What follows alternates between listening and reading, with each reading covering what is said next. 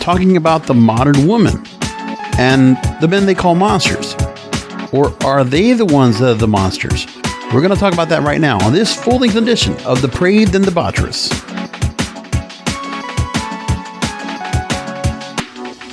Welcome to the show. This is King of Podcasts. Thanking you for joining me once again.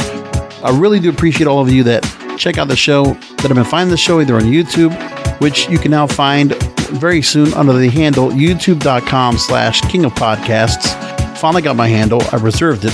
Hopefully we'll go ahead and activate that very soon.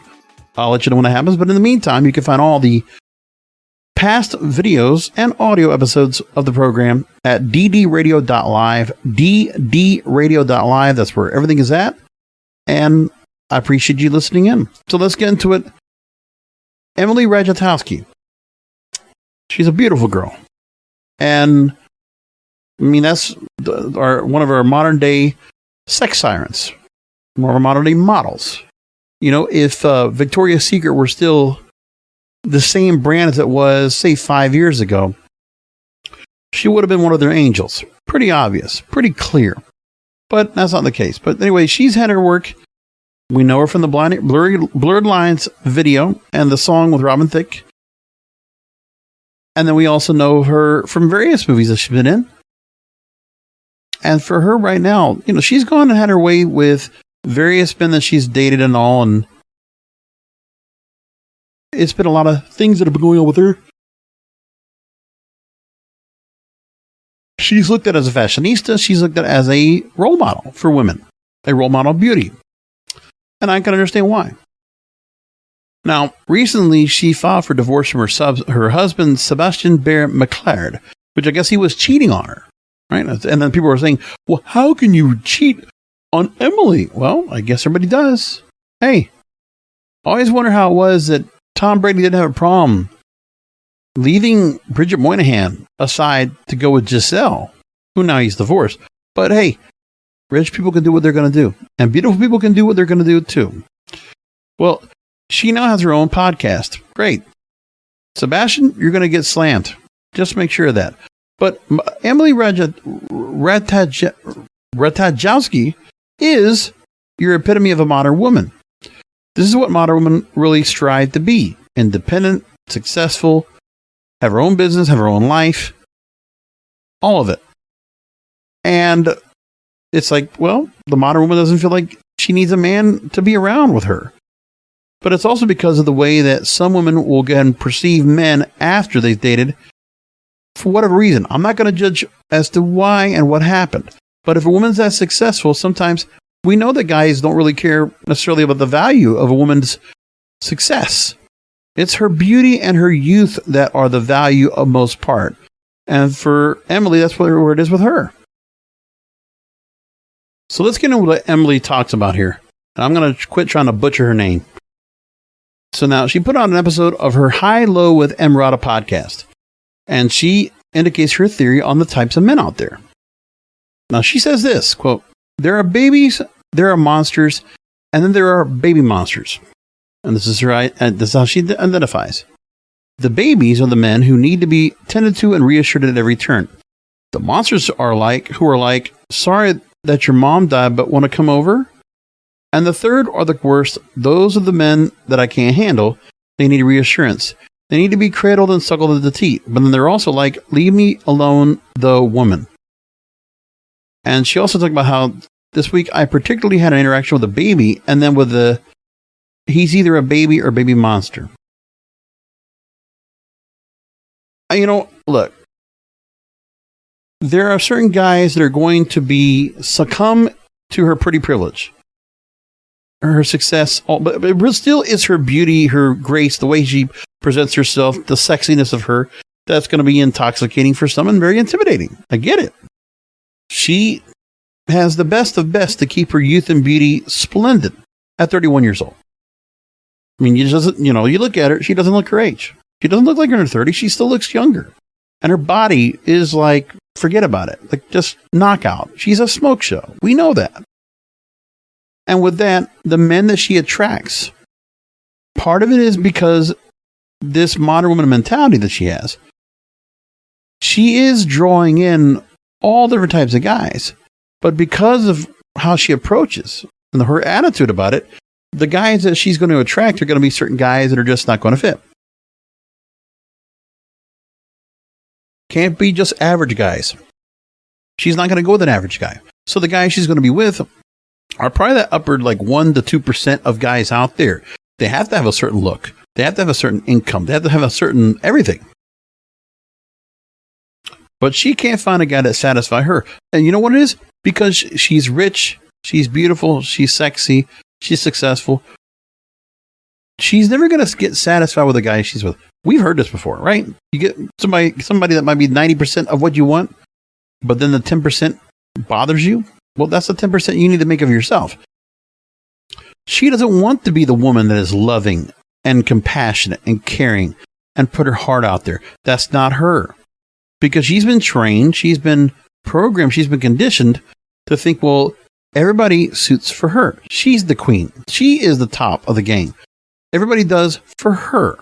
All of her minions, all of her handlers, all of her management, publicity, everybody. They are going to ingratiate themselves. They're going to work at the behest and the pleasure of Emily. Period. She expects the men to do the same thing. Now, she goes on and talks about navigating the scene for potential suitors, finding herself contemplating the subject of sex on the first date. Quote, I've been thinking about this a lot because it speaks so much to power dynamics, and sex on the first date is the ultimate example of that because you're dealing with gender dynamics in such a specific little vacuum of a moment. And I said, I think if you're not ready to be vulnerable, that's the reason to not have sex on the first date. Okay.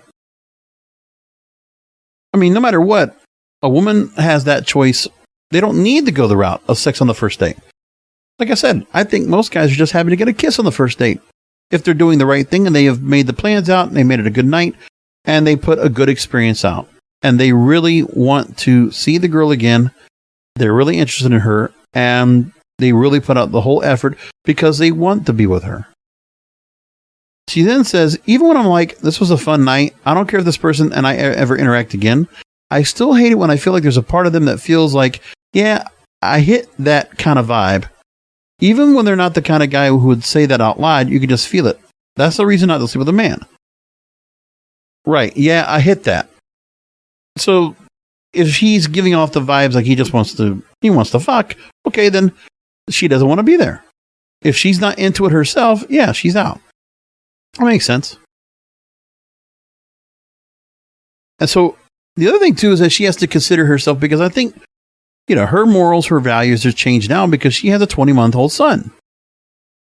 And that has to be consideration. She says, now I go on these dates and it's not like I'm going to sleep with someone and then I'm more vulnerable to fall in love, but I feel more. If I don't sleep with them, I think about them less. I can forget about them in 3 days. If I don't sleep with them, I think about them less. I can forget about them in 3 days. Then they're not the people you're going to have. But it's like, for her, sex might have been something that she allowed herself on the first date. But she says it's a case-by-case basis and does feel comfortable making the first move when the time is right. Talked about how she was on a date. They kissed. We were crossing the street. There was this moment where I wanted to be kissed. And I kind of grabbed him and kissed him. And he was like, this is the kind of feminism I can get down with. So he said the right thing in the moment where she wanted to approach. She was into him. She dug him. And then the guy just said, well, you're the queen. And, what can I do? I am at your behest. So that's what it feels like. She goes on to say that what I'm starting to take away is that we just need to stop caring if they like us or not. We have to let go of the validation, that power that gives them. Because who the fuck are they to make us feel any one way or another about ourselves? See, but that's for her. What she has to understand, her advice does not comport to 99% of her audience. Let's be honest. We know it's a lot of average women, a lot of modern women that are listening to this program with her, slay queen, yeah, all that. But we know that what she's saying, it's not the advice that's going to work for all these other women. They don't have the opportunity or the resources or the wherewithal, the status, the clout to be able to go ahead and move like Emily does. They don't have that. They don't have her looks. They don't have her success. They don't have what she has. She says one rule remains for her no matter what. Men should never allow women to feel less than. Agreed. Okay. Right. Men should always validate, but also honest, authentic, organic validation. Not what they're talking about here. I just think that what she said here, when it comes to the modern woman, it really is, it's saddening to see that because of all the issues that women have right now, because they get this whole idea that if they've gone through their own issues of being in toxic relationships, being abused, and going through things and saying, well, I'm just going to become, the best version of myself without a man. And that's fine, but the part of the reason why most women would want to be in a relationship anyway is because they want to have children. And if they can have children when they're young, better much so. But those career-minded women, they're doing it in some cases because of the fact that the idea of men in their lives in a romantic relationship, they don't want to be that woman. They don't want to be that submissive, traditional woman that's giving to her man and loving her, and he's loving right back. She doesn't want that. For whatever reason, she's been conditioned to expect a lot more and not do anything for it. I mean, look, I can watch my TikTok feed all the time of every woman that complains about, you want me to make you a sandwich? Why don't you build a house or pick a bill? Or why should I cook or clean for my man? Things like that. I mean, women will put so much value in all these things that are expected of them, which is really not much when it comes to the fact that, okay, then you're going to go ahead and decide to go ahead and move along and have a career and work hard and put all those hours in. But it's like the success it brings you, you're going to always continue to have to be motivated in that career. Like, how easy is it for a woman to go ahead and say, okay, I'm going to stop in my career, step down at an age that I feel good about, to go ahead and have kids? I mean, think about that part. It's part of the thing where I don't think that's something that every woman can really they can do. And for everyone to go and try to strive to be that, it shouldn't be that way. Those should be more exceptions than the rule. Because women should have the choice of whatever, but it's like, men want to make it easier for women. Optimally, we do. We would love for you not to have to go ahead and work all the time, and we'd love for you to go ahead and make a wonderful home and have kids together and raise those kids to be loving, wonderful people and find things that will still be that'll be beneficial, that will feel like you're doing something of your own. In some cases, look, when people are in career-minded, some of the best businesses out there are when it's a husband and wife that are running the business, doing two different parts of the job. Some of that is great. And that's what happens all the time. Or, when you see somebody that's very successful, if they have a good woman at their side, and the woman is very much in the philanthropical areas and various areas where it's like, like the president or first lady, the roles that they do. It's that part that comes along. But it's changed now. So Emily wants to give her opinion out there, and I appreciate that. But she even needs to understand herself that she's not grounded in reality because she's too famous for her to be. She's in her own bubble. So her experiences, if she wanted to talk about her own experiences, but under the premise that, listen, she's a millionaire, multimillionaire. She gets all these different deals. She's the ire of millions of men around the world, and women, for that matter. She's an actress. I guess she's I don't know if she's a writer, but she does various things, right? Activist. She's got a lot of things in her wheel well. She's a very busy woman. And for her to make time to date, I mean, it has to be somebody that's going to be overwhelmingly going to be just like, wow, who is this guy? And not any average everyday guy, no matter how big and strong or whatever kind of traits that he has, it's not going to attract her because she's beyond that now. She might have liked just a random, like, oh, here's a big dumb jock looking guy. Look at him, he's all jacked up, whatever.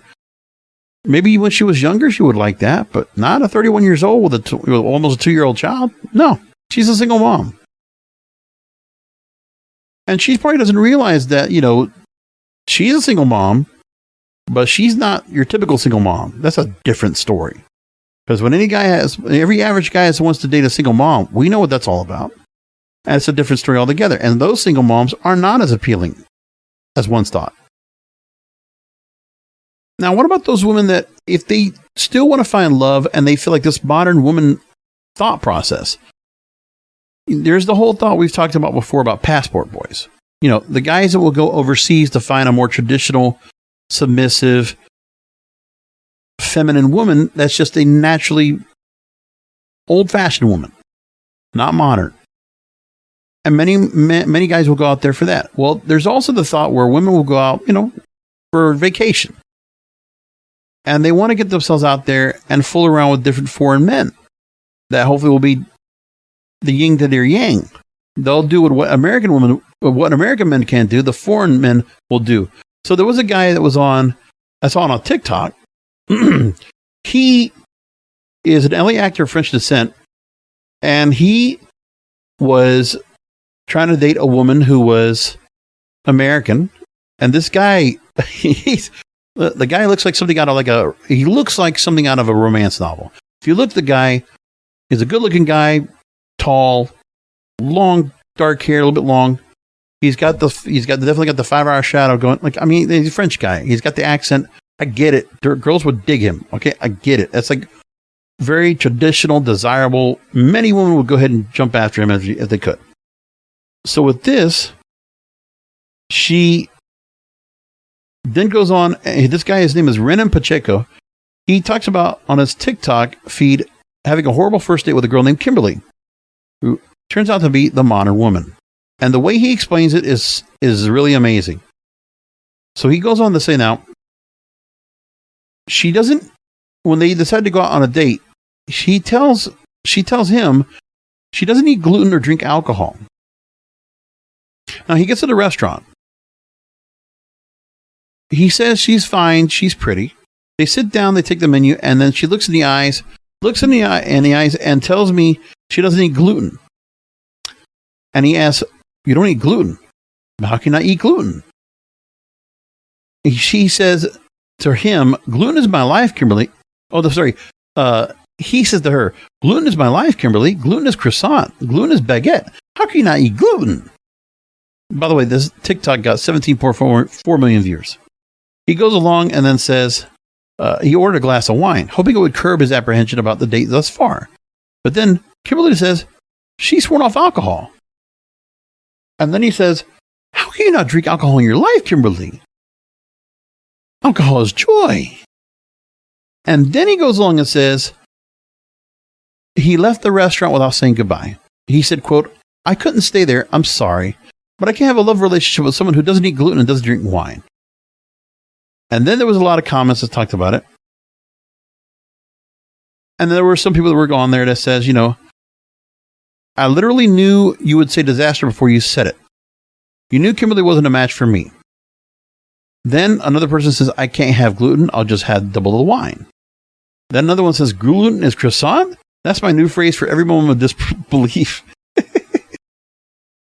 And another native fellow says, "Every European understands the pain." And so even women going out with foreign men who you would think would be like, you see him like in romantic comedies or whatever it is, you think there would be something like, it's something out of French Kiss. Oh, no. Nope. The girl he was with? No, Meg Ryan. Nope. And so the modern women, you're going to realize that maybe some of the men you're trying to get together with, if you're just trying to do a date and you're not screwing the guys are also going to turn on you as well. So like, for women that want to go an alternate route, they want to go into the route that's very much more progressive these days, where it's the feminist view that we don't need men, that men are inferior in many cases when it comes to relationships and what they would offer to a woman, and that because the man doesn't have anything of himself that's enough to satisfy or qualify a woman's interest, then it's his money. It's his clout, it's his status, it's what he's able to provide to her to maintain her appearance, maintain her high maintenance, and maintain her lifestyle without having her to use her own money. The money she's been very successful at getting herself. This is where we are right now. It's things like this, and we'll continue to deal with it. But you know what? It's fine. We'll leave it right there. Thanks for listening in. Either which way, modern women, foreign men, and all the average men and women that would like to go ahead and just be happy, I guess if we can't have relationships, we're all going to end up depraved and debaucherous.